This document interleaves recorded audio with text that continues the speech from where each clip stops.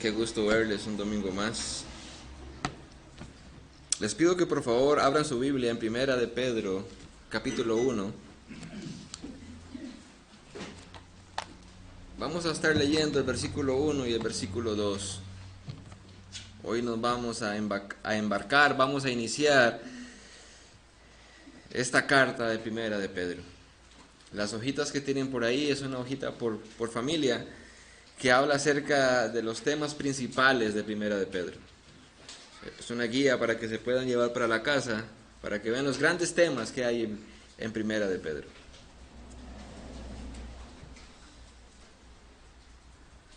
Primera de Pedro, capítulo 1, versículo 1 y 2.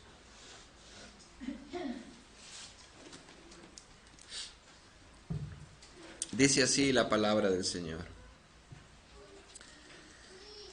Pedro, apóstol de Jesucristo, a los expatriados de la dispersión en el Ponto, Galacia, Capadocia, Asia y Bitinia, elegidos según el previo conocimiento de Dios Padre, por la obra santificadora del Espíritu, para obedecer a Jesucristo y ser rociados con su sangre.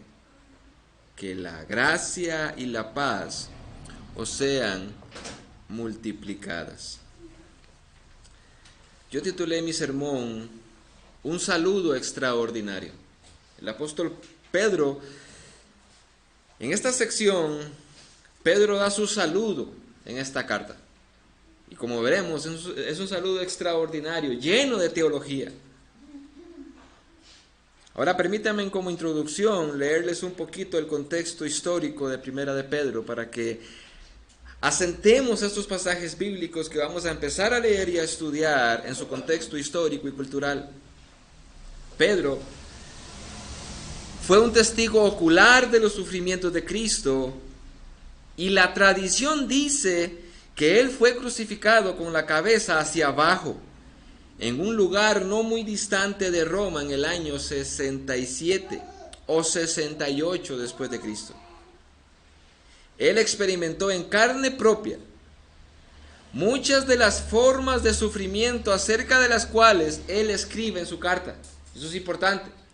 Pedro experimentó en forma personal muchas de las formas de sufrimiento que él va a escribir acá, que los cristianos estaban sufriendo o iban a sufrir.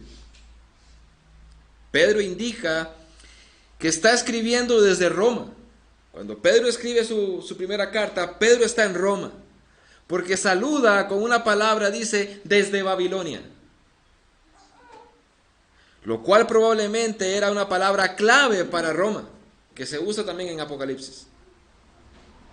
Es claro que Marcos, quien estaba con Pedro cuando él escribió, según el capítulo 5, versículo 13, había estado en Roma durante el primer encarcelamiento del apóstol, según Colosenses capítulo 4, versículo 10. Nerón, en este contexto histórico, enciende Roma, ¿verdad? Le prende fuego a Roma en julio del 64 después de Cristo, y culpó a los cristianos de todo el imperio por actos escandalosos, acelerando así su persecución. Pedro escribió esta estimulante carta a finales del 64 o al principio del año 65 después de Cristo, y fue llevada por Silvano, según el capítulo 5, versículo 12 de la misma carta. El asunto clave de la carta es dirigido de una manera oportuna y se resume en esta pregunta: ¿cómo debe de portarse los cristianos en medio de la inmerecida animosidad contra ellos? ¿Cómo deben de comportarse los cristianos ante un mundo hostil que les persigue y les acusa? De ahí que tomáramos la decisión de predicar Primera de Pedro por lo que está pasando y ha de pasar en el mundo entero con los cristianos. ¿Cómo deben de reaccionar los cristianos ante un mundo hostil? Los recipientes de la carta eran principalmente cristianos desterrados y dispersados a través de 5 provincias, según el versículo 1 que acabamos de leer. en lo que hoy es Turquía. Aunque algunos convertidos judíos pueden haber estado entre los primeros lectores de la carta, parece claro que la mayoría eran gentiles. Son descritos como que vivían en ignorancia espiritual antes de que llegara su conversión, según el capítulo 1, versículo 14.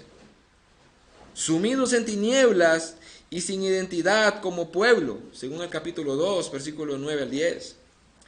E involucra dos en conducta inmoral, capítulo 4, versículo 3 al 5.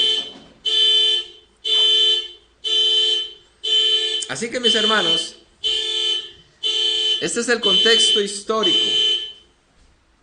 Este es el contexto histórico de la carta de Primera de Pedro. Eso es lo que estaba pasando. Una persecución a los cristianos sin merecerla, simplemente porque Nerón, por su egoísmo y por querer más poder, enciende Roma y culpa a los cristianos. Entonces Pedro escribe desde Roma para animar a sus cristianos a cómo responder ante una persecución así. Ahora sí, entremos al tema y al texto. Lo primero que quiero que veamos en el versículo 1, primera parte, es la presentación del escritor. ¿Cómo se presenta el escritor de esta carta? Dice el texto: Pedro, apóstol de Jesucristo. Así se presenta él a estos hermanos que estaban dispersados. No nos queda duda sobre el autor de esta carta, ya que la misma lo trae, ¿verdad? En el primer versículo dice: Pedro, apóstol de Jesucristo. No queda duda quién escribió esta carta. Ahora, Pedro no solo era parte de los 12 discípulos de Cristo, sino que estaba dentro del círculo íntimo de Jesús, junto con Jacobo y Juan. De todos los discípulos que andaban con Jesús, Jesús tenía 12, que eran sus apóstoles, y de esos 12 tenía un círculo íntimo, 3, Jacobo, Juan y Pedro. ¿Verdad? Eso es importante. Ahora, esta descripción que Pedro usa no es en vano. Pedro no lo escribe en vano ahí, ¿verdad? Recordemos que es guiado por el Espíritu Santo. Pedro no lo escribe en vano, pues él hace uso de su autoridad y reconocimiento eclesiástico para dirigirse a estas personas perseguidas ahora, que son parte de la Iglesia Universal de Dios. Porque la frase, el solo decir yo soy un apóstol de Jesucristo, encierra muchas cosas que los cristianos del primer siglo entendían muy bien. Por ejemplo, cuando Pedro escribe y dice yo soy un apóstol de Jesucristo, los cristianos de aquel momento entendían lo siguiente: él tiene autoridad, Pedro tiene autoridad de parte de Dios. Tenemos confianza en lo que él vaya a decir o vaya a escribir. Tenemos seguridad de lo que él dice, pues es inspirado por Dios. Y todo lo que él diga y escriba es puro en sí mismo, porque es un apóstol de Jesucristo, es un enviado. O sea, Dios hablaba por medio de ellos, y en este caso por medio de Pedro. Y esto está relacionado, como les digo, con las palabras que Pedro dirigía a los cristianos. Él hablaba de parte de Dios. Así que no está de más o por casualidad ahí que Pedro inicia su carta: yo soy un apóstol de Jesucristo. Tenía una intención que comunicar. Lo que él quería comunicar era: lo que yo les voy a decir a ustedes en esta carta es palabra de Dios. De hecho, recordemos que en Mateo capítulo 10, Jesús de todos sus seguidores llama a 12, los comisiona. De hecho, en Mateo capítulo 10 él da los nombres, comisiona a estos 12 con poder y autoridad para echar fuera demonios, para sanar enfermedades, etc. A estos 12 nada más les dio ese poder. Y Pedro en el capítulo 10 de Mateo encabeza la lista de estos 12. Y eso era importante también, porque esas listas están escritas de tal manera que dan la importancia a aquel hombre que iba de primero, por decirlo así, el que tenía más importancia. De hecho, Pedro llegó a ser el pastor y el líder de la iglesia en Jerusalén. Por eso las listas siempre empiezan con Pedro. Esto indica que Pedro contaba con las credenciales dadas por Dios, que él era un verdadero apóstol de Jesús, como dice Pablo en 2 Corintios capítulo 12, versículo 12. Pablo dijo: entre vosotros se han operado las señales de un verdadero apóstol con toda perseverancia, por medio de señales, prodigios y milagros. Eran señales que acreditaban a un hombre como un apóstol, ¿verdad? Y Pedro tenía dichas credenciales. Pedro era un hombre comisionado por Dios para hablar. Jesús había investido a Pedro con poder por medio de su Espíritu para calificarlo y autentificarlo como un mensajero de él. Por eso él se presenta de esta manera. De hecho, Pablo va a decir en Efesios capítulo 2, versículo 20, que el fundamento doctrinal de la iglesia que nosotros tenemos hoy fue traído por medio de los profetas y por medio de los apóstoles.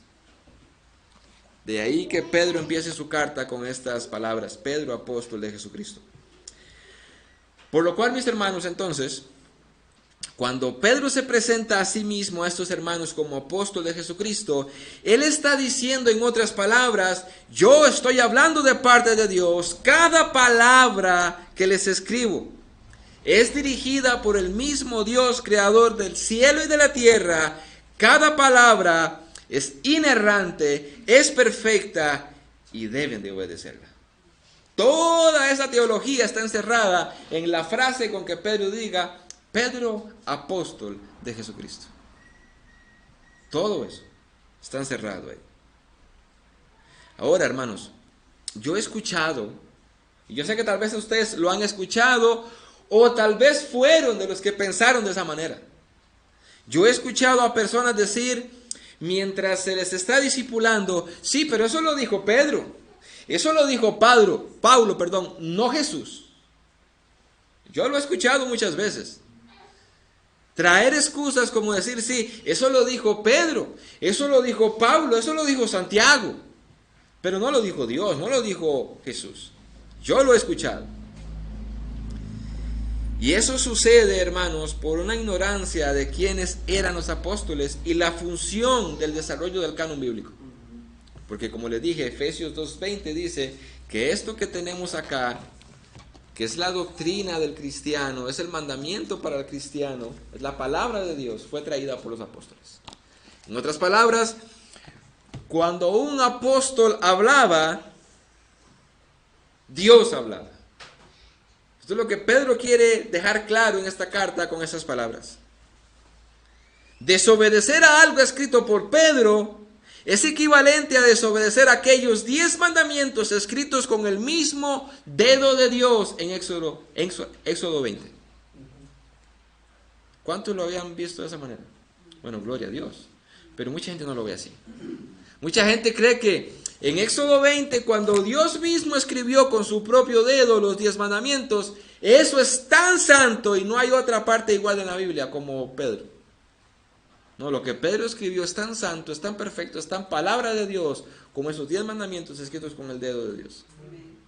Quien desobedezca a lo que Pedro dice, desobedece a Dios. Todo eso, hermanos, toda esa teología que quise resumir en pocas palabras, es lo que encierra la frase Pedro, apóstol de Jesucristo. ¿Verdad? Así que Pedro entonces tiene una carta dirigida a cristianos en el primer siglo ahora, inspirado por Dios, para que ellos obedezcan. Y esto me lleva a mi segundo cabezado. Los destinatarios. Ya vimos cómo se presenta el autor.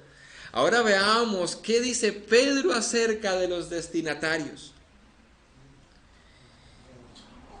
Y quiero que veamos algo importante aquí dentro de los destinatarios, que Pedro da una descripción natural de los creyentes.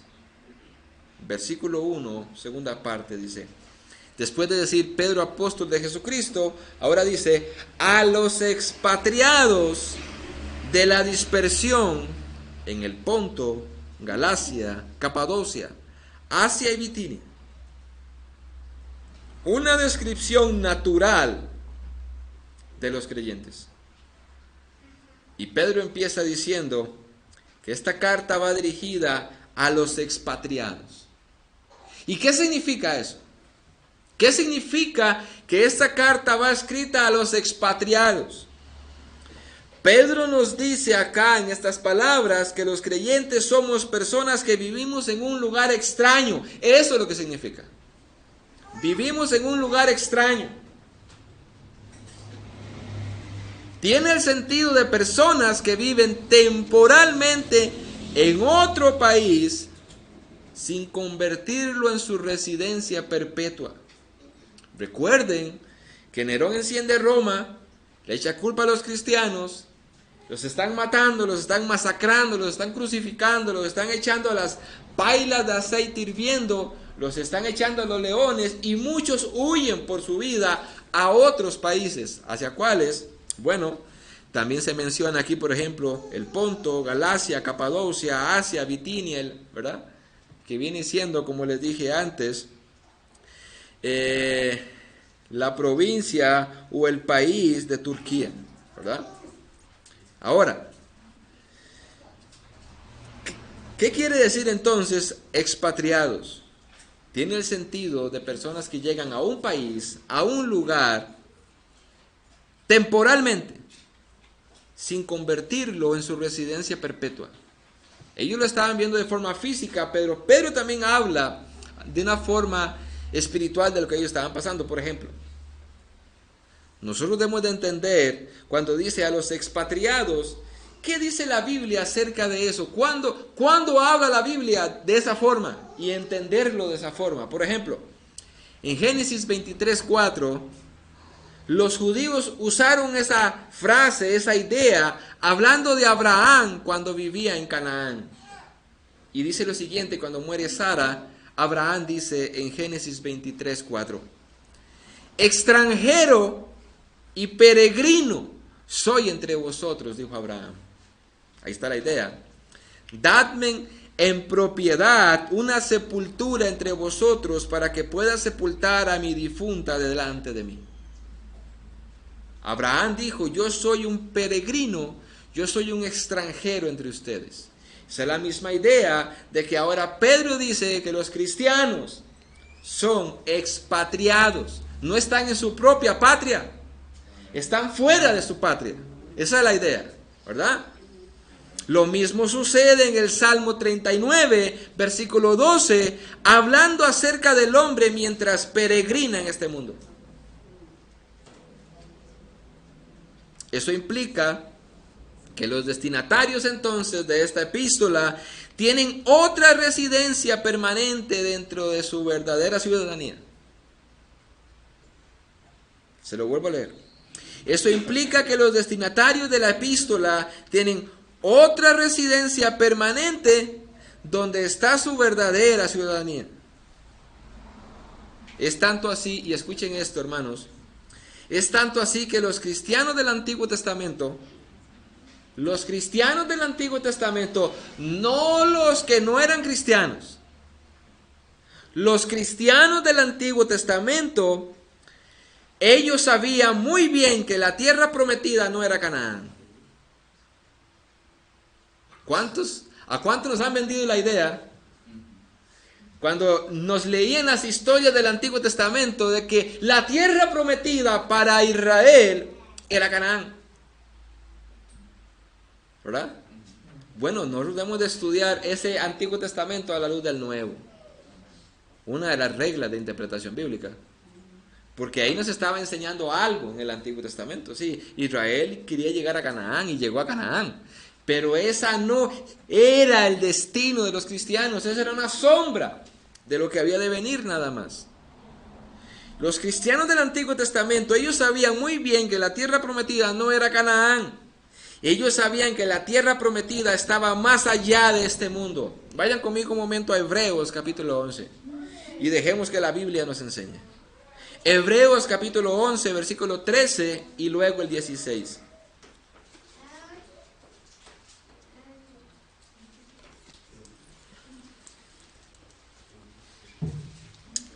Y ustedes saben que Hebreos 11 habla sobre aquellos héroes de la fe, por decirlo así, ¿verdad? Aquellos hombres de fe del Antiguo Testamento. Ahora vean lo que dice en el versículo 13. Hebreos 11:13 dice: todos estos murieron en fe, sin haber recibido las promesas, pero habiéndolas visto y aceptado con gusto desde lejos, confesando que eran extranjeros y peregrinos en la tierra. Versículo 16. Pero en realidad anhelan una patria mejor, es decir, la celestial, por lo cual Dios no se avergüenza de ser llamado Dios de ellos, pues les ha preparado una ciudad. Entonces el autor de Hebreos, que es un judío, que yo creo que es Pablo, él ahora interpreta el Antiguo Testamento y dice, ellos, los cristianos del Antiguo Testamento, ellos sabían muy bien que Canaán no era su fin. Había una patria para ellos, había un lugar para ellos que no era Canaán. Y dice claramente en el versículo 13, que dice, confesando que eran extranjeros y peregrinos sobre la tierra, estando en Canaán. Estaban en Canaán y ellos todavía confesaban, somos peregrinos y extranjeros aquí. Esta no es nuestra patria. Bueno, a eso se refiere el autor Pedro cuando dice, esta carta va dirigida a los expatriados. Este mundo, mis hermanos, no es nuestro hogar. Este mundo no es nuestra vida, está diciendo Pedro. Y le está diciendo a estos cristianos, ustedes están en otra patria que no es su patria. Ustedes están en este mundo, donde quiera que estén, en Bitinia, en Asia, en Capadocia, pero esa no es su patria, ustedes son expatriados. En otras palabras, mis hermanos, escuchen esto. No sé si ustedes lo han escuchado muchas veces, pero es importante que abran sus oídos. Dice lo siguiente, entonces, reflexionando con esto que está diciendo Pedro, que dice el autor de los Hebreos, yo les tengo que decir, hermanos, no te amoldes a este mundo. No te amoldes a este mundo. Debes de cambiar tu forma de pensar. Por ejemplo, si usted vuelve a ver a su alrededor, eso no es todo lo que hay. Y la gente hoy se está acomodando, se está acostumbrando a este mundo. Tiene su mirada puesta en las cosas de la tierra.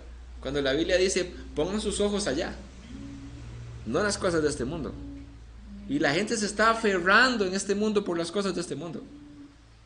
Se afanan, se aferran, luchan, pelean por las cosas de este mundo.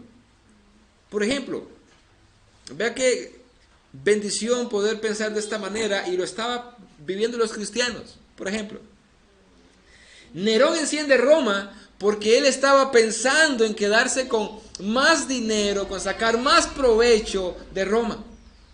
Y enciende Roma para poder construir otras cosas que le iban a favorecer a él económicamente. Él estaba pensando terrenalmente, yo quiero quedarme con esto. Y Pedro le dice, ustedes no son de aquí, ustedes son de allá. No se aferren a las cosas de aquí. Era probable que muchos de ellos, igual que nosotros, imagínense por un momento tener que tomar lo que pueda en sus manos y salir corriendo sin saber a dónde. Con sus hijos.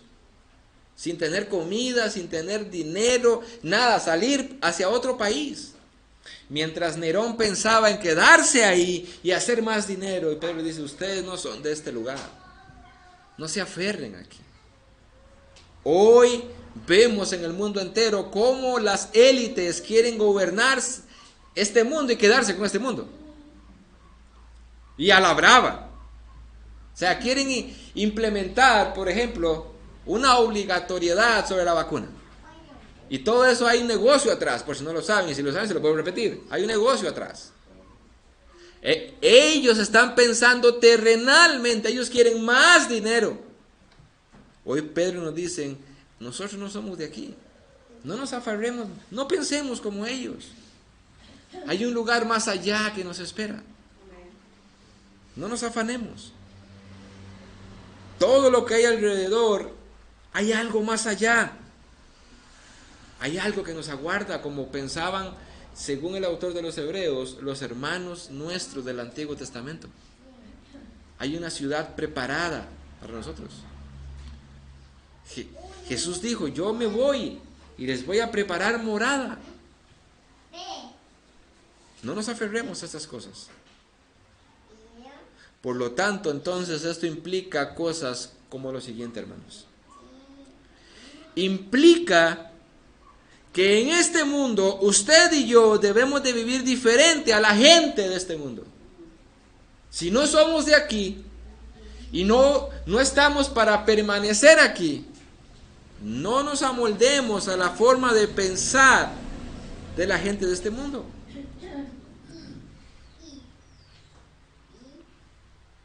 Yo veo los jóvenes, yo los puedo entender porque yo hace no mucho tiempo pasé por ahí, cuando estaba en mi adolescencia. Por eso las dudas. Y yo veo los jóvenes, y muchos jóvenes cristianos, o por lo menos que asisten a la iglesia.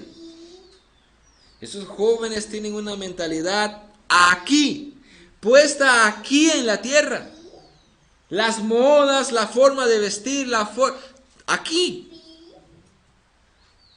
Por ejemplo, a mí me gustaría preguntar de todos los jóvenes de 20 años hacia abajo que asisten a las iglesias cristianas evangélicas, ¿cuál de ellos le dijo a su papá, papá, para esta Navidad yo no quiero que me regales ropa ni nada, ni esos audífonos bonitos, ni un teléfono nuevo, yo quiero que me compres una Biblia? Yo quisiera preguntar, ¿cuántos jóvenes piensan así?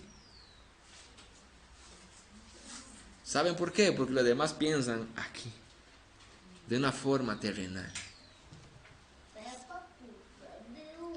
Cuando nos damos cuenta de que la sabiduría y el entendimiento que nos puede dar la palabra de Dios, nos puede no solamente ayudar de cómo vivir de una mejor manera acá, sino que nos abre las puertas de par en par para ir a esa ciudad que nos espera, el otro mundo, con Cristo.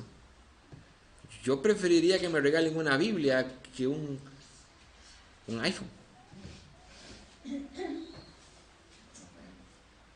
Pero no podemos pensar de la misma manera que piensan las personas de este mundo.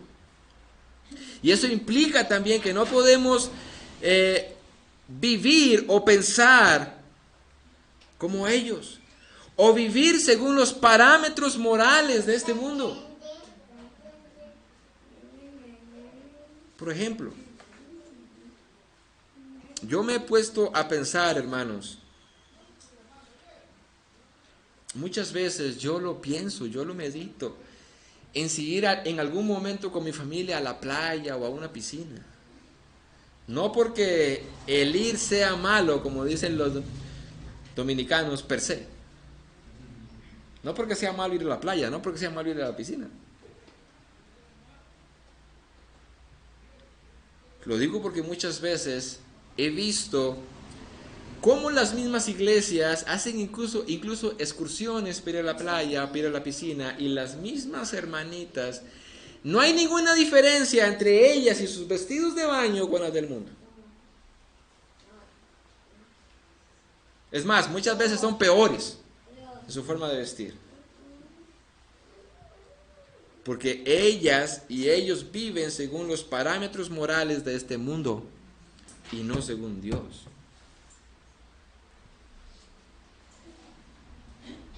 Por esa razón, Pedro más adelante en el capítulo 2 va a decir lo siguiente, en el versículo 11 y 12. Amados, os ruego como a extranjeros y peregrinos que os abstengáis de las pasiones carnales que combaten contra el alma. Mantened entre los gentiles una conducta irreprochable, a fin de que en aquello que os calumnian como malhechores, ellos, por razón de vuestras buenas obras, al considerarlas, glorifiquen a Dios en el día de la visitación. No podemos pensar igual si no somos de aquí. Y dice Filipenses capítulo 3, versículo 20, porque nuestra ciudadanía está en los cielos, de donde también ansiosamente esperamos a un Salvador, el Señor Jesucristo. Nuestra ciudadanía está en los cielos, no somos de aquí. A eso se refiere Pedro cuando dice a los expatriados. Están en otra patria que no les corresponde, que no son de ahí. Pero es triste, hermano, la realidad que muchas veces aún nosotros mismos, se nos olvida y nos empezamos a acomodar y acostumbrar a este mundo. Yo no sé usted, pero a mí muchas veces se me olvida que yo no soy de aquí.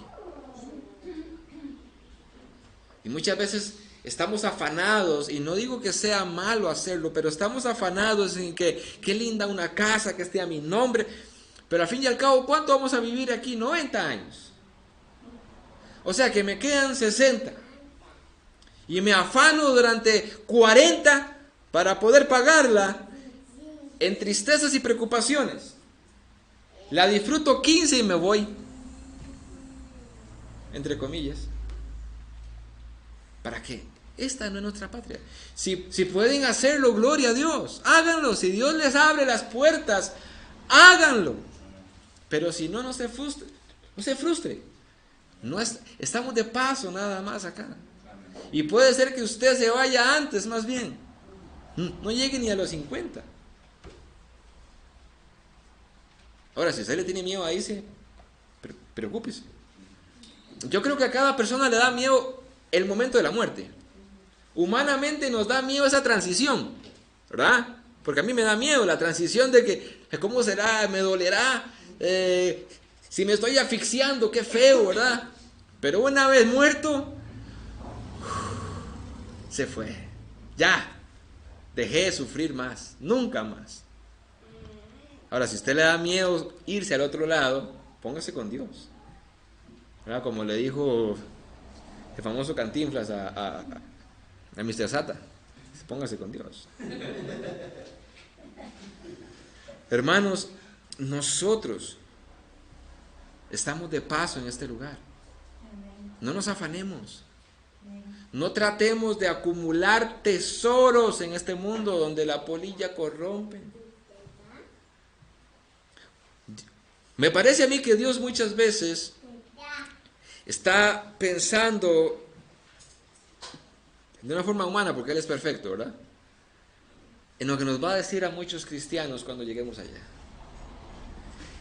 Te proveí tanto dinero, tanta riqueza, y lo que hiciste fue guardarlas, y guardarlas, y guardarlas, y guardarlas, cuando en realidad tuviste que haber usado eso que yo te proveí para mi obra, para mi reino, porque estás de paso, para alcanzar otros. Estás de paso aquí. Este entendimiento tenía Spurgeon. Siendo uno de los mejores predicadores del mundo, murió pobre. Con una mega iglesia. Y murió pobre. Porque él, incluso con sus propios dineros, él construyó muchas cosas en su país para el bienestar de los cristianos y incluso de los impíos. Él sabía que estaba de paso. Ya no está. Ya se fue Spurgeon. Mañana dirán lo mismo a nosotros. Ya no está. Ya se fue. Pero muchas veces se nos olvida, nos acomodamos a este mundo.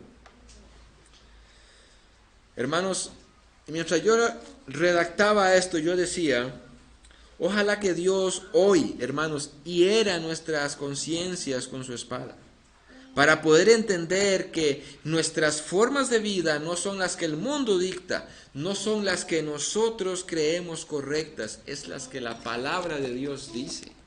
Esa es la forma correcta de vivir. No nos amoldemos a este mundo. Ahora, lo segundo que encontramos en el texto es cuando dice, no solamente a los expatriados, sino también dice de la dispersión. Ponto, Galacia, Capadocia, Asia y Bitinia. La dispersión. Y usted se estará preguntando, ¿y ahora sí qué quiere decir eso? O sea, ¿qué quiere decir Pedro cuando dice que esta carta no solamente va dirigida a los expatriados, que ahí nos involucramos todos nosotros, sino también dice a los de la dispersión? Después de la muerte de Esteban, en Hechos capítulo 8, los cristianos de origen judío fueron dispersados y obligados a residir en el extranjero. De Hechos capítulo 8 en adelante, Dios trajo una persecución. Pero no solo se refiere a esto, sino a todos los que componen el pueblo de Dios, que están diseminados por el mundo entero. Claro, Pedro menciona 5 lugares aquí, pero hoy hay creyentes en todo lugar. O sea, cuando Pedro dice a los de la dispersión, él está diciendo, yo le escribo esta carta a los cristianos que están dispersados. ¿En dónde? Bueno, en estas 5 provincias que menciona él y hoy por hoy en otros países que están dispersados.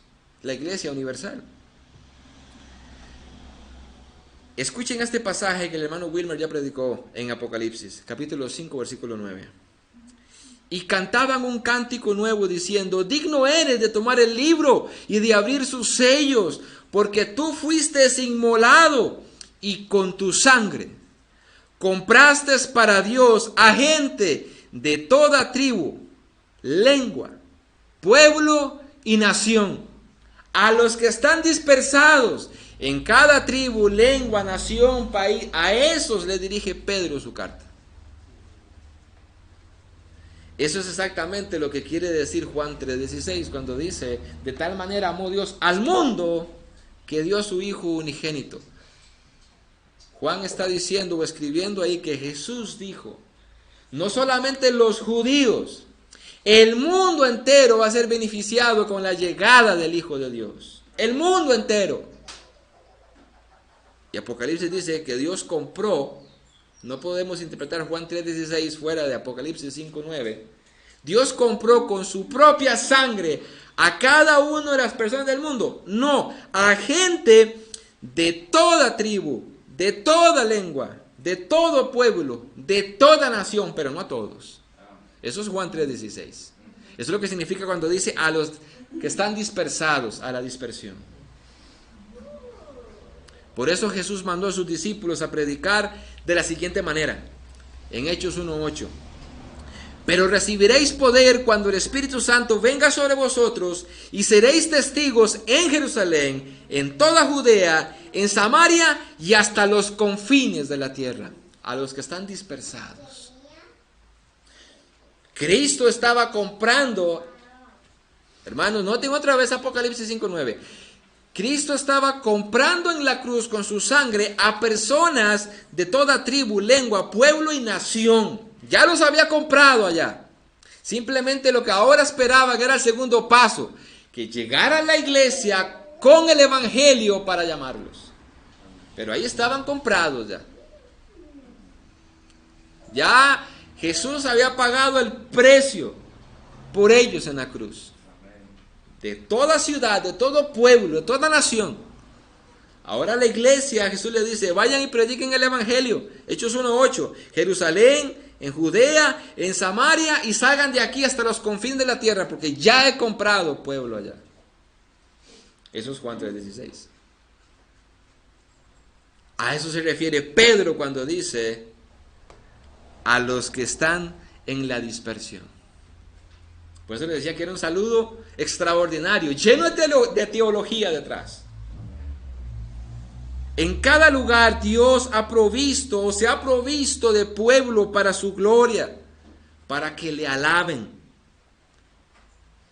En cada lugar.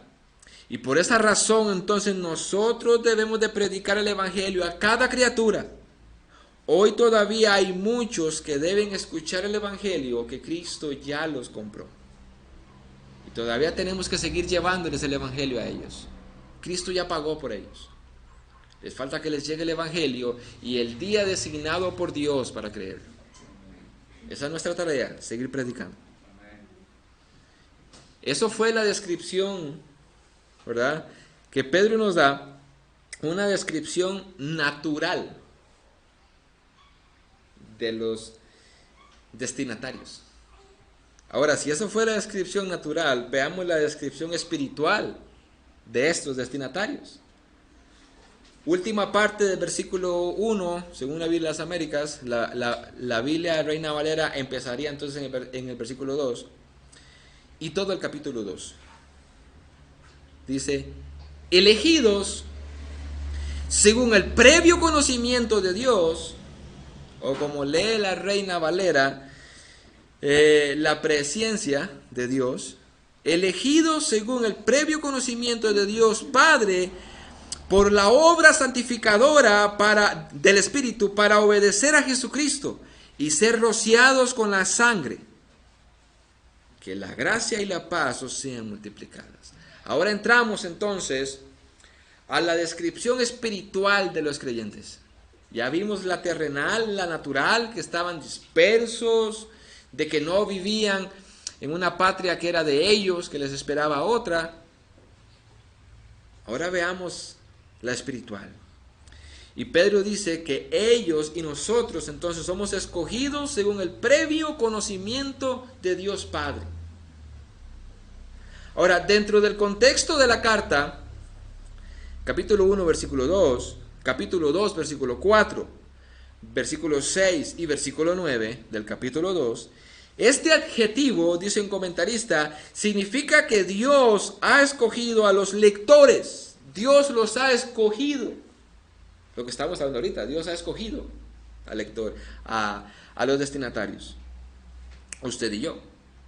Ellos son su pueblo, que apartados del mundo, experimentan el odio del mundo y soportan el sufrimiento y la persecución. Por el contexto histórico de la carta. Son escogidos de Dios, pero están experimentando el odio del mundo y la persecución. No obstante, dice el comentarista, ellos son los que gozan del favor y del amor de Dios. En otras palabras, hermanos, de entre de la raza humana, Dios ha escogido a su propio pueblo. De toda la raza humana, Dios ha escogido su propio pueblo. Por eso dice Mateo 22:14, porque muchos son llamados, pero pocos escogidos. ¿Verdad? Eso es lo que va queriendo significar entonces cuando dice elegidos. Somos elegidos, dice Pedro.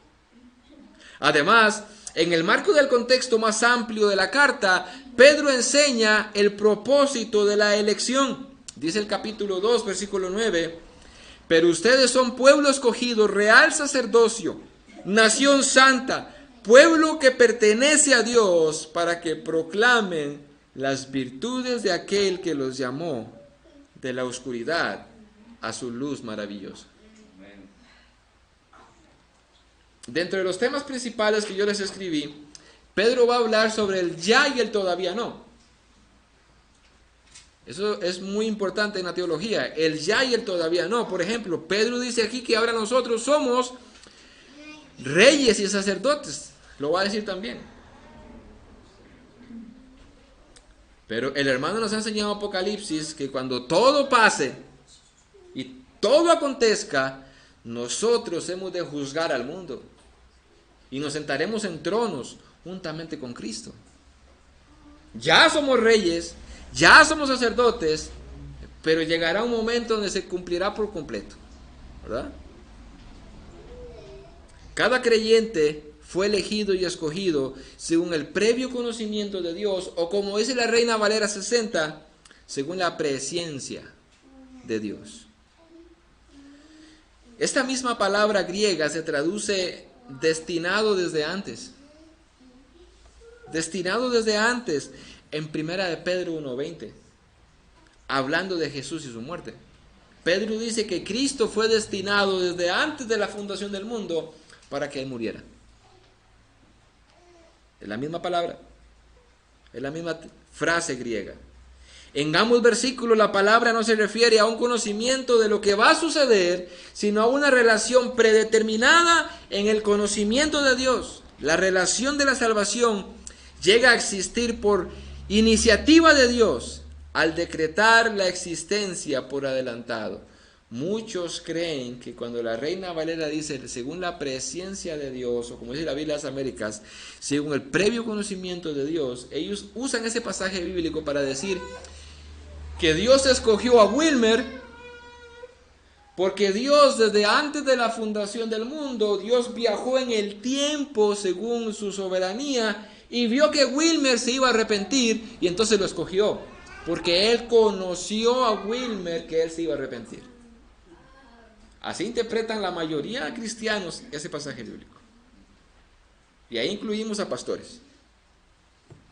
Ellos dicen, usando este pasaje bíblico, porque yo lo he escuchado, que ese es según el previo conocimiento de Dios que Dios ha escogido, se refiere a eso.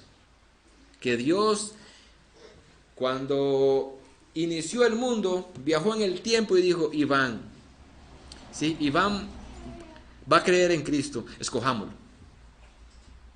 Muchos creen que eso es lo que significa, pero no hay nada más alejado de la verdad. Los cristianos son conocidos para salvación de antemano, así como Cristo fue ordenado desde antes de la fundación del mundo para hacer un sacrificio por los pecados. Presencia o previo conocimiento significa que Dios planificó por anticipado quién se iba a salvar, quién iba a creer. Eso es lo que significa. Dios tuvo una relación amorosa con nosotros en amor desde antes de la fundación del mundo y nos escogió para salvarnos. Eso es lo que la Biblia enseña. ¿O no dice Romanos capítulo 8, versículo 29 en adelante? A los que de antes conoció, a esos predestinó. ¿Y qué se refiere con conocer ahí? Es la misma idea. Dios tiene un trato personal y amoroso con nosotros sin habernos creado. Imagínense qué conocimiento de Dios, qué soberanía. Y decir, bueno, en el año 1987 van a ser Diego. Yo ya lo conozco, yo ya lo amé, yo ya lo elegí para que fuera mío, punto. Eso es lo que significa que nos eligió según el previo conocimiento de Dios.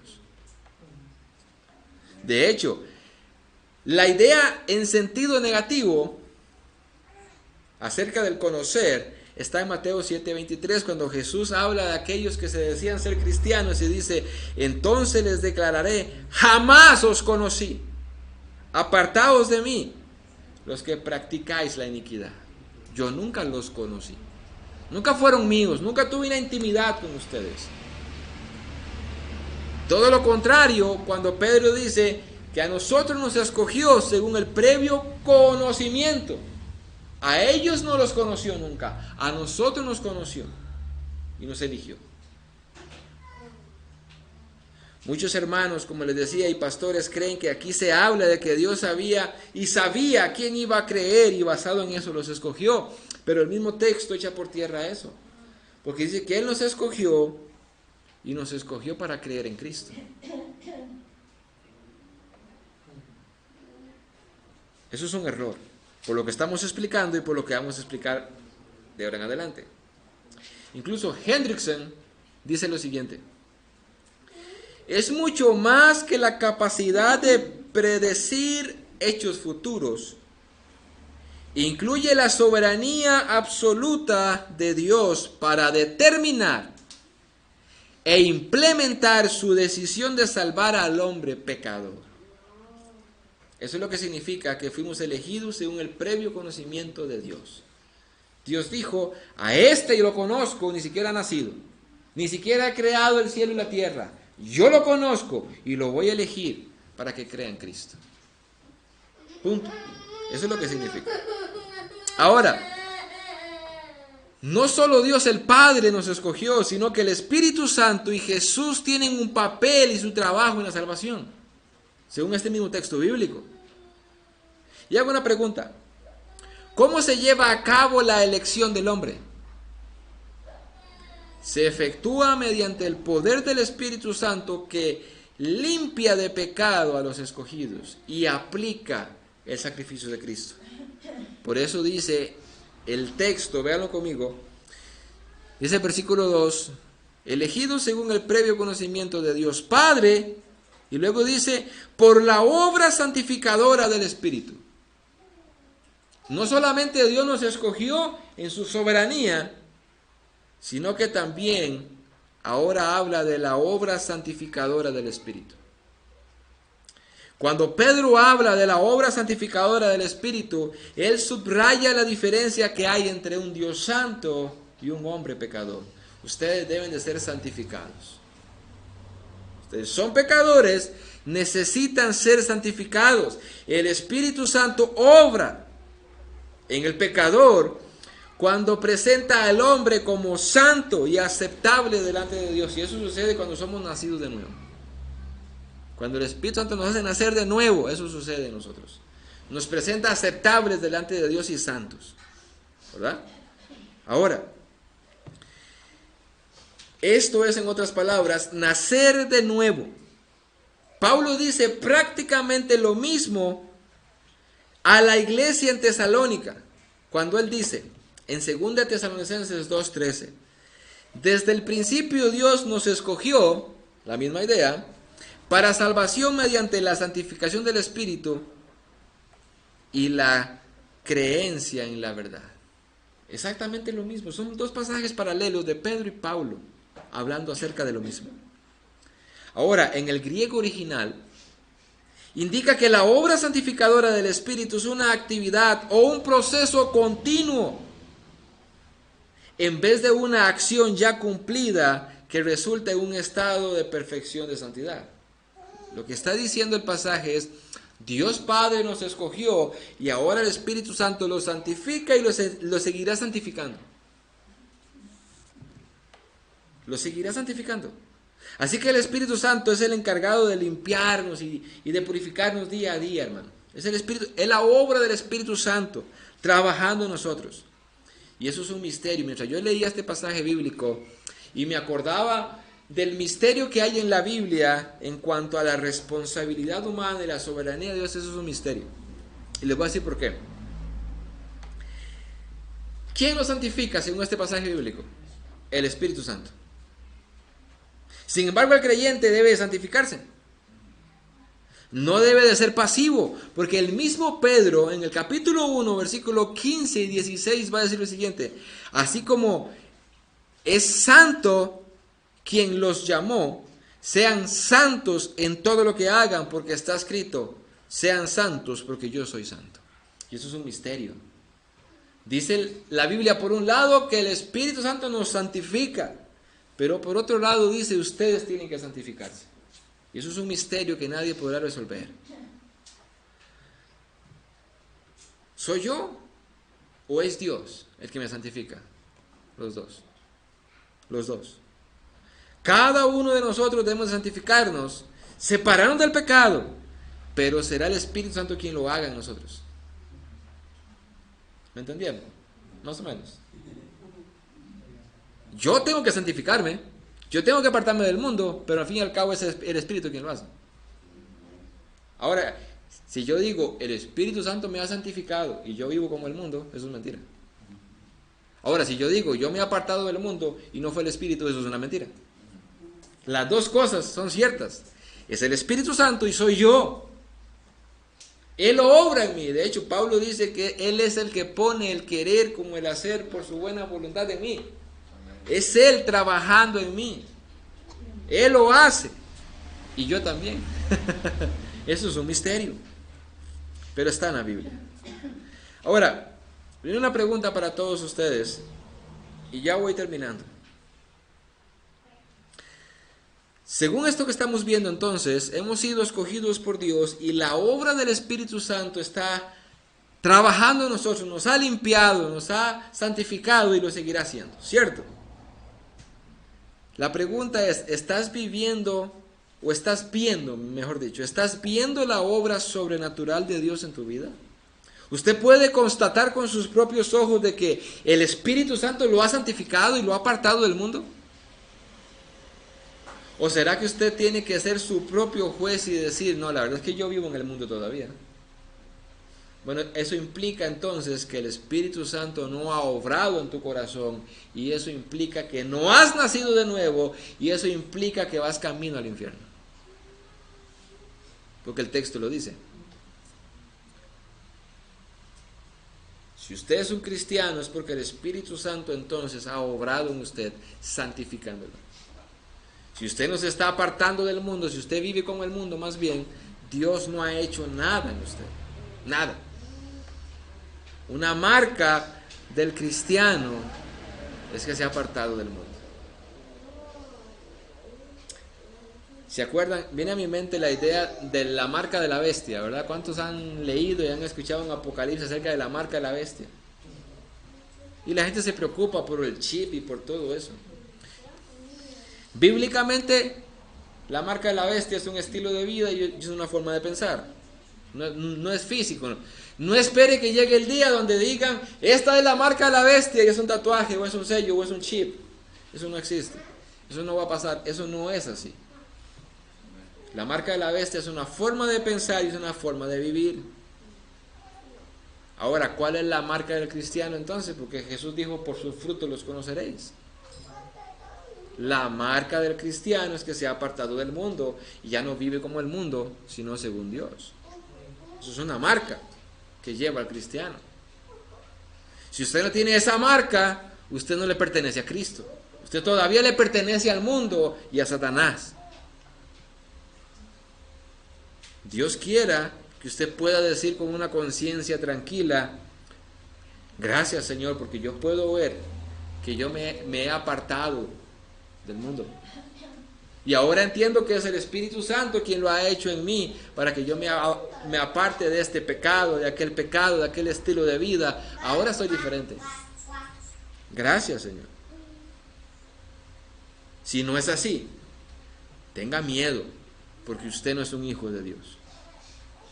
Ahora, ¿con qué fin santifica el Espíritu Santo a los escogidos? Y me va a ayudar a avanzar en mi sermón para ir terminando.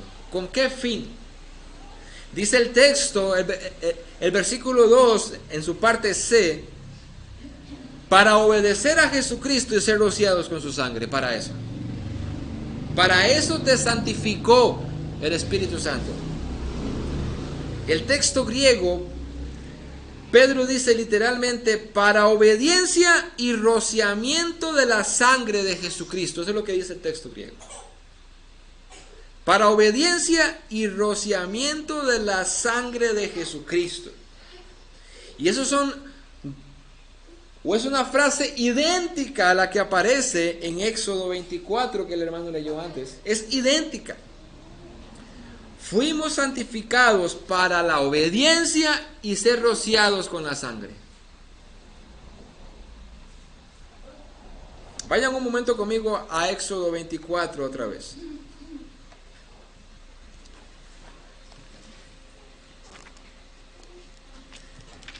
Éxodo 24, vean el versículo 3 al 8 conmigo. Vean el paralelismo.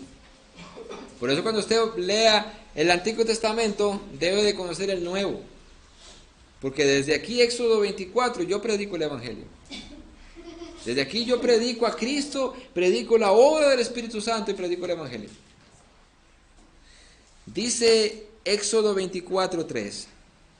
Y Moisés vino y tomó al pueblo todas las palabras del Señor y todas las ordenanzas. Y todo el pueblo respondió a una voz y dijo, haremos todas las palabras que el Señor ha dicho. Ojo, el pueblo responde en obediencia, haremos todo. Pedro dice que fuimos santificados para obedecer a Cristo. Es la misma idea, son dos paralelos ahí. Sigue diciendo, verso 4. Y Moisés escribió todas las palabras del Señor. Levantándose muy de mañana, edificó un altar al pie del monte con 12 columnas por las 12 tribus de Israel. Y no es de extrañar que en Apocalipsis hable de un templo de la nueva ciudad con 12 columnas de los 2 apóstoles que representan a la iglesia.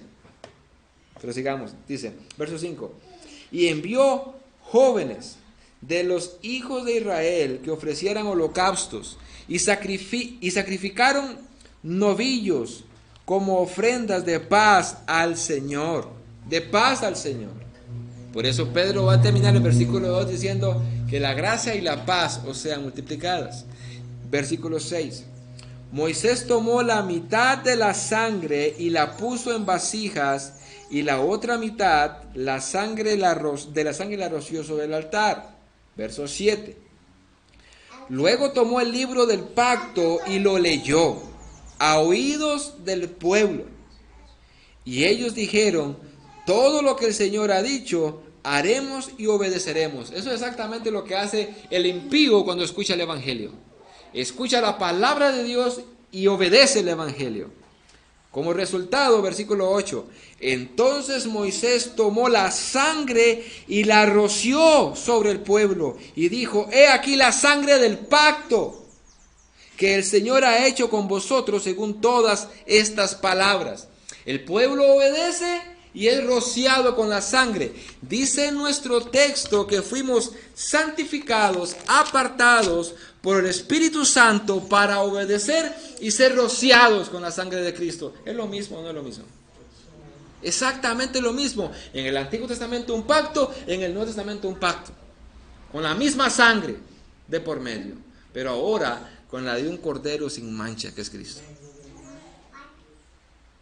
Para obedecer y ser rociados con su sangre. Pero declara que mediante el sacrificio de la muerte en la cruz, Jesús redimió y adquirió a los escogidos. Fue con su sangre.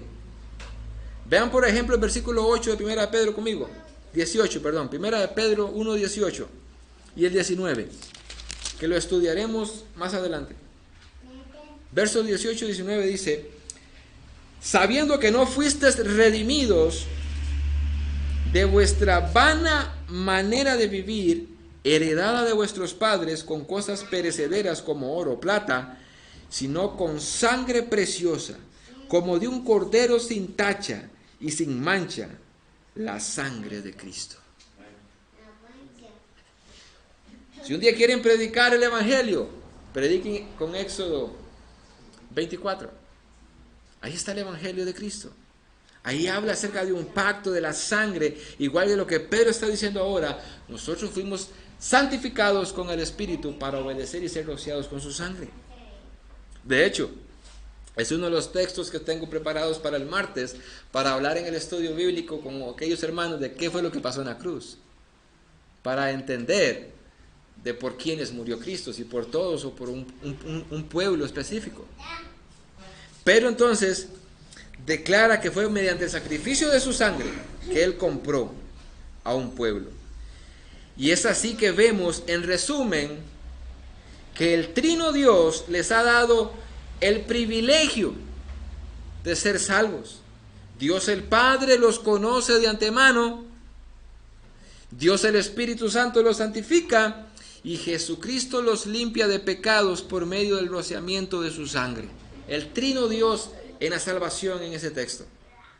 Y aunque el derramamiento de la sangre se haya efectuado una vez atrás y para siempre, dice un comentarista, su significancia tiene un efecto constante y se constituye en un proceso perdurable. Jesucristo sigue limpiándonos del pecado.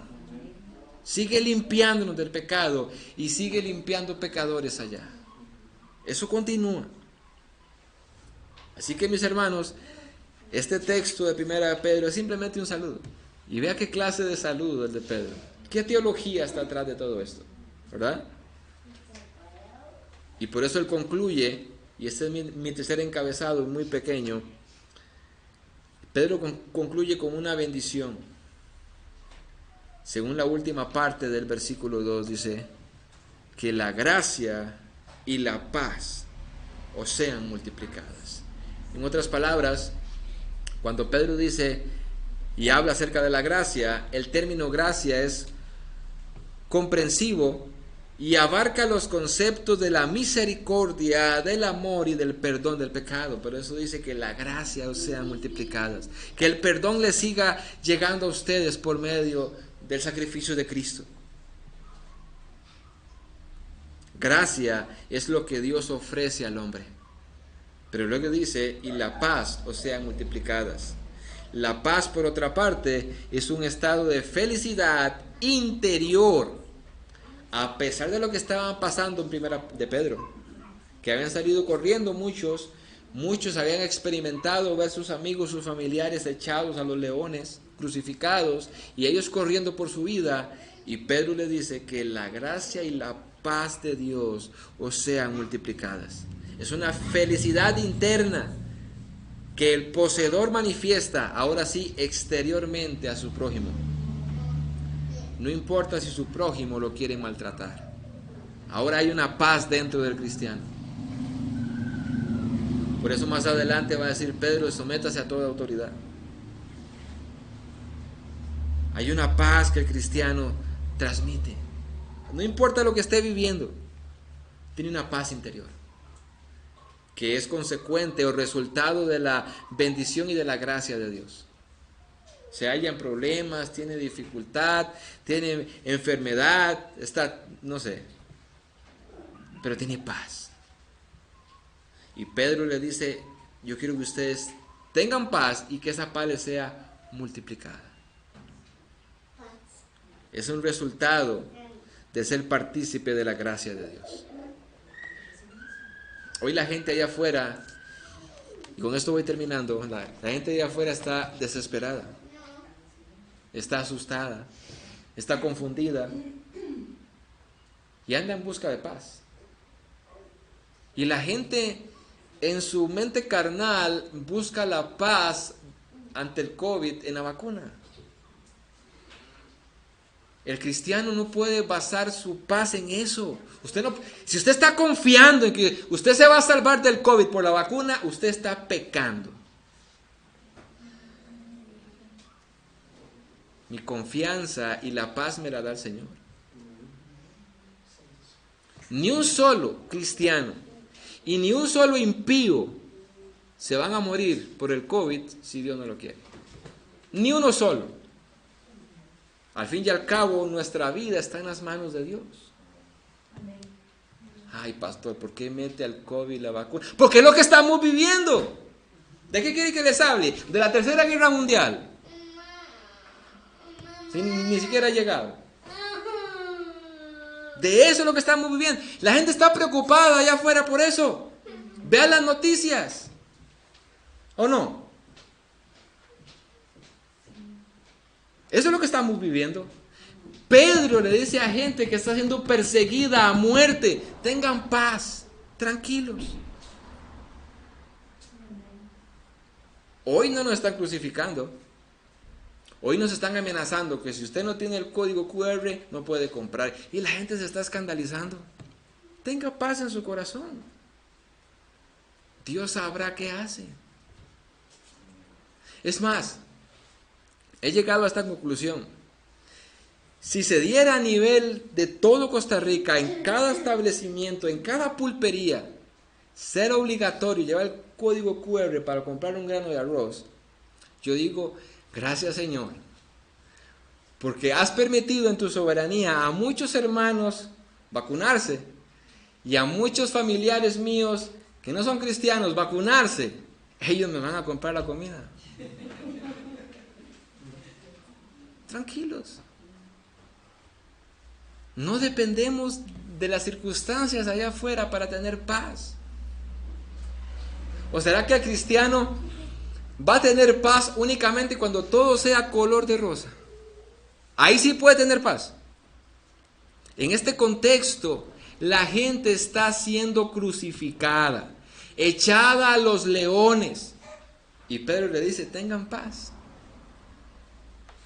No vamos a tener paz nosotros por un virus que mata un 2%. Mataba más la gripe aviar. Y la gente está escandalizada hoy por eso. ¿Saben por qué? Porque nos hemos comido lo que dice Telenoticias y no lo que dice Dios.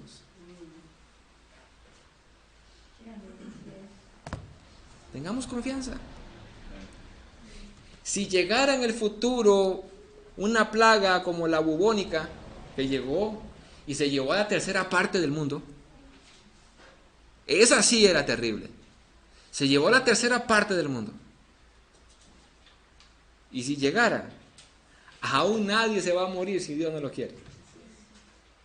Es más, tenemos un testimonio, se me olvida el nombre de este hermano cristiano, que en medio de la peste bubónica, él convirtió su propia casa en un hospital junto con su esposa. Y a él le dio la plaga bubónica. A Lutero. A él le dio la plaga bubónica. Y Dios lo sanó. Perdón, es el compañero de Lutero. Ajá. No depende de las circunstancias allá afuera, depende de que Dios lo diga. ¿No dijo Jesús, todos sus cabellos están contados? Cuando le dice a sus discípulos, vayan y prediquen, yo los envío en medio de lobos. Vayan y prediquen el evangelio. Y en ese contexto de que los va a enviar, donde la gente los va a querer matar, Jesús le dice, todos sus cabellos están contados y ni siquiera un pájaro cae a tierra sino a la voluntad del Padre. Vayan, nadie los va a matar antes de tiempo. Nadie los va a matar antes de tiempo. Es más, Jesús se lo dijo a Pedro. Pedro, cuando tú eras joven, ibas donde tú querías. Y le dice a Pedro, y va a llegar el día donde te van a llevar a la fuerza, donde tú no quieres ir y vas a extender las manos. Y dice el texto, y eso era para decirle de la forma que iba a morir. Tranquilo, Pedro, no te van a matar de otra manera, no te va a comer un león, te van a crucificar. Nadie se va antes de tiempo. Tengamos paz, tengamos confianza, no vivamos así como metidos en una caja, aterrorizados. Tengamos paz y confianza en Dios. Es más, una vez preguntaron, y con esto voy terminando, a una muchacha de la calle, sale un muchacho a entrevistarla y le dice, déjeme hacerle una pregunta.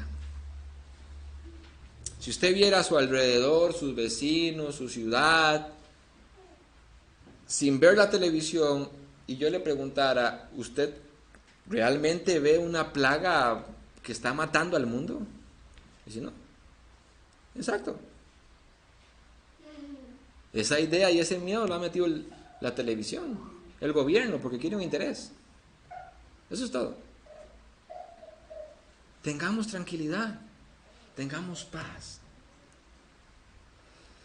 Ahora, si usted es un cristiano y no tiene paz y está ansioso por lo que está pasando ahí, yo le recomiendo que haga lo que Pablo le dijo a los filipenses. Vaya, métase en oración con el Señor, deje de ver telenoticias, deje de ver el 6, deje de ver el Facebook, métase en oración con Dios y la paz de Dios que sobrepasa todo entendimiento guardará vuestro corazón y vuestro entendimiento en Cristo Jesús. Punto.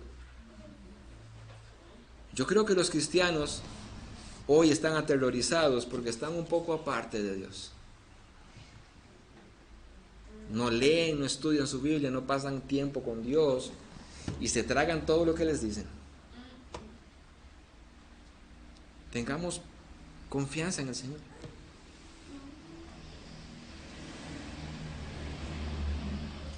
Tranquilos.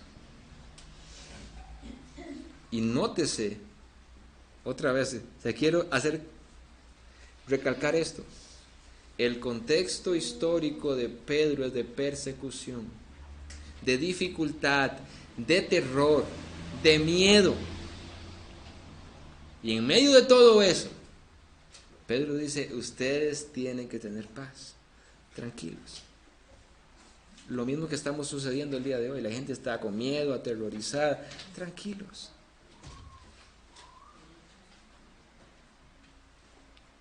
Leamos un texto para terminar. Ya me pasé 15 minutos. Vayan conmigo a Santiago un momento. De hecho, yo siempre que predico, siempre que enseño, tengo a Santiago en mi mente. Cuando prediqué Santiago, fue de tanta bendición aprender de Santiago.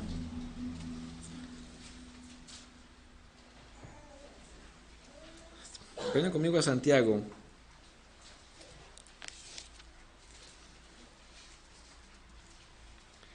Capítulo 1, versículo 19.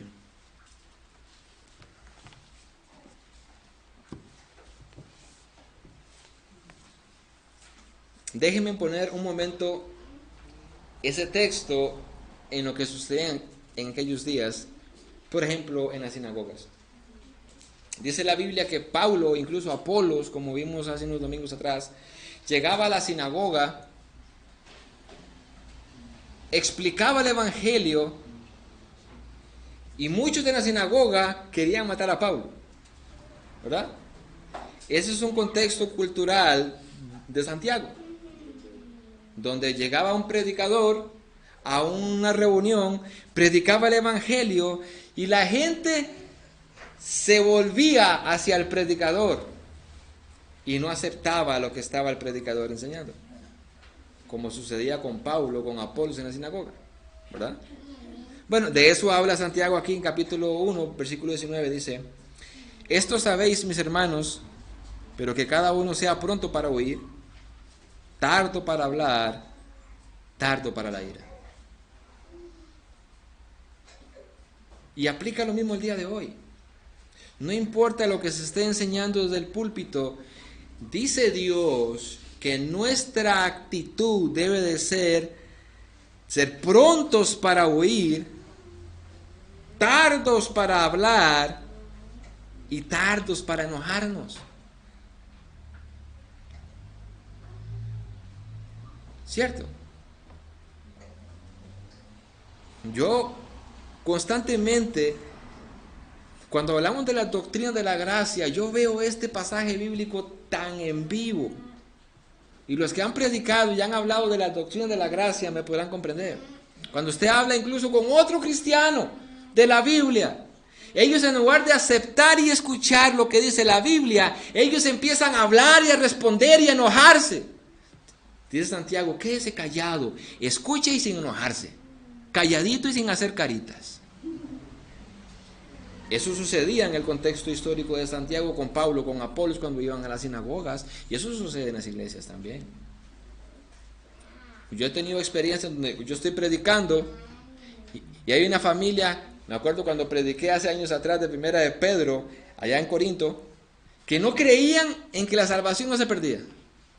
Y tardé en hablar, en predicar Primera de Pedro, capítulo 5, y no volvieron más a la iglesia. Como si les estuviera predicando del libro del Mormón. Hermanos, tenemos que tener humildad ante lo que Dios dice. Humildad. Sean tardos para hablar, tardos para la ira, pues en la ira del hombre, o pues la ira del hombre no obra la justicia de Dios. Cuando alguien, en lugar de aceptar la palabra de Dios, se enoja, ya no actúa con justicia, ya no hace lo que Dios quiere, ya no está en el camino de Dios. Se fue, se desvió.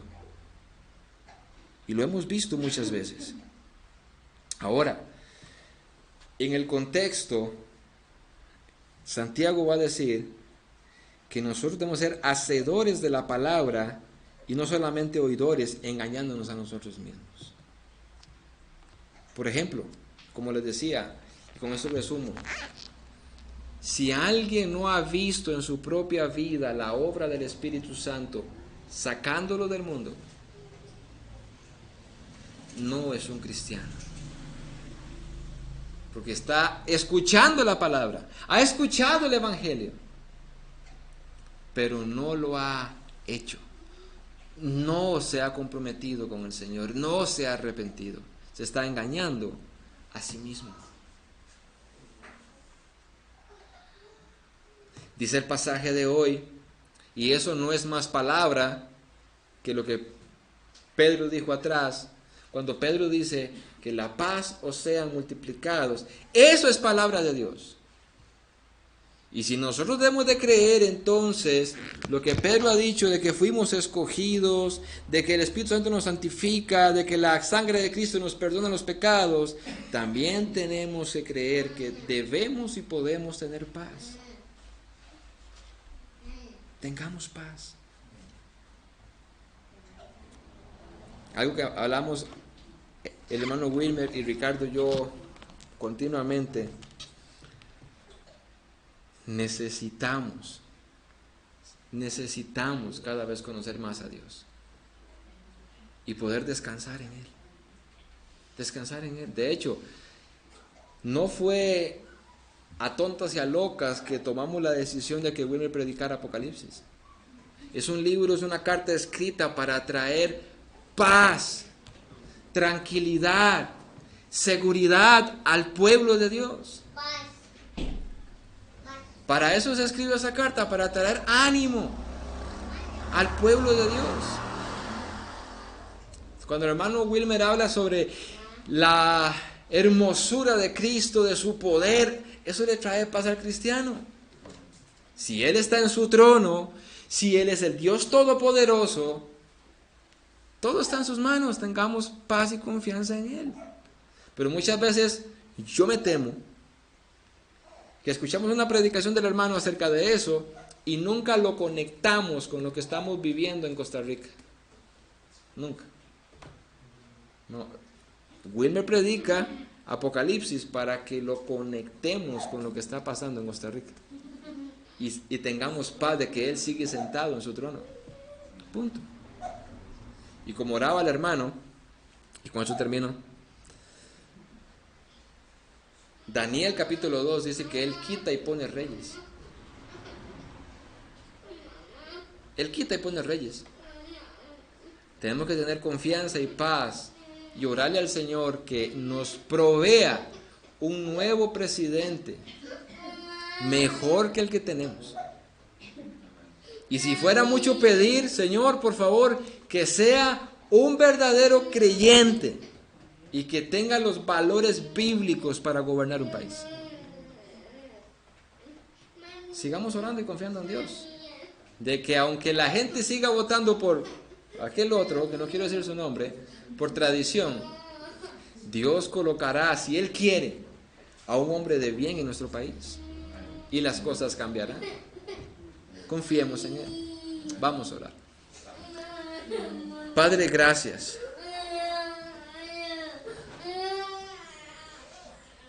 Gracias por tu palabra, Señor. Ayúdanos a meditar y a entender que todos los que estamos en este lugar y hemos sido salvos por la misericordia del Señor, es porque tú nos has escogido desde antes de la fundación del mundo, Señor. Nos amaste. Sin habernos creado, tú nos amaste, Señor. Simplemente bastaba que llegara el momento oportuno para que escucháramos el Evangelio y el Espíritu Santo obrara en nuestros corazones. Y entonces aplicara el sacrificio de Cristo ya pagado en la cruz hace más de 2000 años. Gracias, Señor. Gracias porque al entrar a esta carta de Pedro, que es muy, muy práctica, viéndonos en un contexto de confusión, de miedo, podemos relacionarnos con los escritores o con los destinatarios de esta carta. Estaban siendo perseguidos a muerte, tenían una marca de muerte sobre su cabeza por ser cristianos, eran perseguidos, eran blasfemados, y aún así, Señor, veremos cómo en esta carta tú nos animas, como a ellos, a seguir fieles y firmes en los caminos del Señor. Ellos posiblemente iban a ser expuestos a que su fe fuera probada, no porque le cortaran un recibo de luz. Ellos iban a ser probados en su fe posiblemente viéndose colgados en una cruz, simplemente por ser cristianos.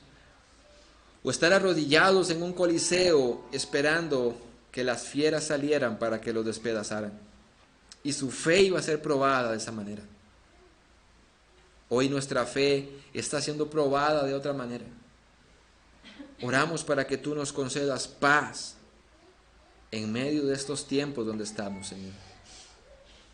Que al compararlo con lo que ellos vivieron, no es mucho. Ayúdanos a tener seguridad, a seguir creyendo que tú estás sentado en tu trono, Señor, y que pase lo que pase, venga lo que venga, es porque tú lo has determinado. Y aunque se levante el faraón, si tú no das la orden, faraón no hará nada, Señor. Permítenos confiar cada vez más y tener cada vez más paz en nuestra vida. Pero para esto necesitamos lo que Pedro acaba de decir. Necesitamos de tu gracia, Señor. Derrama sobre nuestras vidas gracia para poder confiar más en ti, Señor. Para poder vivir una vida en este mundo hostil, peligroso, en este mundo que es contrario a nosotros, de una manera digna, de una manera que te agrade, Señor. Sabemos que no podemos hacerlo solo. Por eso dice el apóstol Pedro que necesitamos de tu gracia. Concédenos de tu gracia, Señor. Tú nos mandas a vivir de esta manera. Concédenos de tu gracia para poder vivirla. Ayúdanos, porque somos débiles. Cada uno de nosotros somos débiles. Lo único que nos mantiene en pie y firmes es tu gracia, Señor. Ayúdanos. Como iglesia, ayúdanos a seguir firmes y adelantes, como cantábamos al principio, en tu palabra. Firmes y adelantes. Como predicadores, ayúdanos, Señor, que la iglesia esté orando, intercediendo por nosotros continuamente, para que nosotros digamos como Pablo: yo no quiero agradar a los hombres, yo no vengo a agradar a nadie a este púlpito, vengo a traer un mensaje de parte de Dios y no a agradarlos a ellos. Que cada predicador que se pare en este púlpito o desde las plataformas de internet que lo hacemos, sea para agradar a Dios. Permítenos a nosotros tener más entendimiento de tu palabra, Señor, más amor por los hermanos, más comprensión por las almas. Y a los hermanos que escuchan, sean los domingos o sean los miércoles, concédeles a ellos un corazón humilde ante tu palabra, y que puedan decir, como dijo el pueblo de Israel en Éxodo capítulo 24, lo que el Señor ha dicho, eso haremos. Ayúdanos, Señor, porque todos te necesitamos. Te lo pedimos en el nombre de Cristo Jesús. Amén y amén. Hermanos, 15 minutos y nos vemos para la escuela dominical.